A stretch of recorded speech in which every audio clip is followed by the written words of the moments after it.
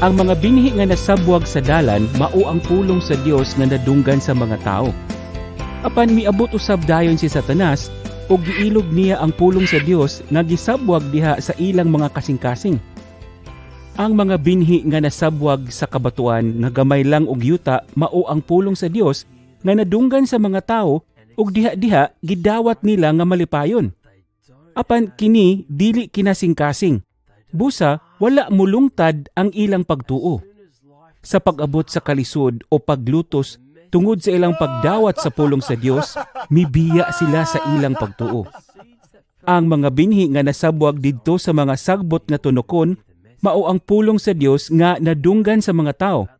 Apan tungod sa mga kabalakas sa panginabuhi ug pagpaningkamot nga makaangkon og bahandi ug tungod sa sobra nga pagtinguha sa uban pa nga mga kabtangan, nalimtan nila ang pulong sa Dios nga ilang nadunggan ug wala kini namunga sa ilang kinabuhi.